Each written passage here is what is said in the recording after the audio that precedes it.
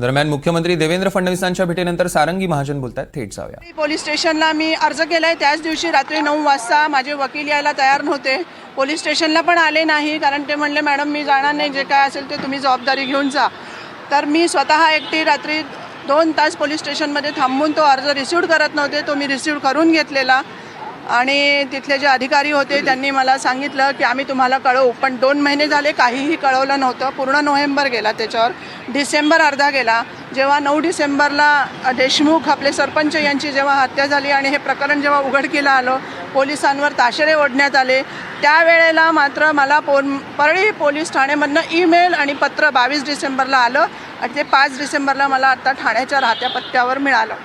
त्यावर त्यांनी पूर्ण जे कागदपत्र मागवले आहेत ते कागदपत्रांची पूर्तता मी वकिलाच्या मार्फत 18 जानेवारीला जेव्हा कोर्टात जाणार आहे त्यावेळेला मी ती पूर्तता पूर्ण करणार आहे। आज मुख्यमंत्र्यांनी काय आश्वासन दिले का तुम्हाला? मुख्यमंत्र्यांनी आश्वासन दिले की मी तुमचं निवेदन पूर्णपणे वाचतो आणि त्याच्यावर तुमचं काम पूर्ण होईल याची मी खात्री देतो आणि मी तुम्हाला याच्यात न्याय मिळवून देतो।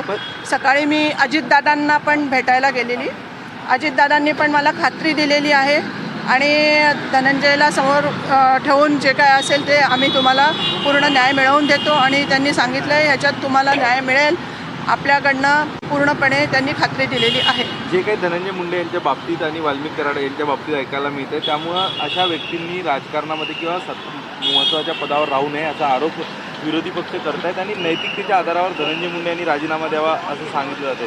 तुम्हाला व्यक्तीच्या काय वाटतं? कारण जर घरातल्या व्यक्तींचीच फसवणूक होत असेल तर जिल्ह्यातील जनतेला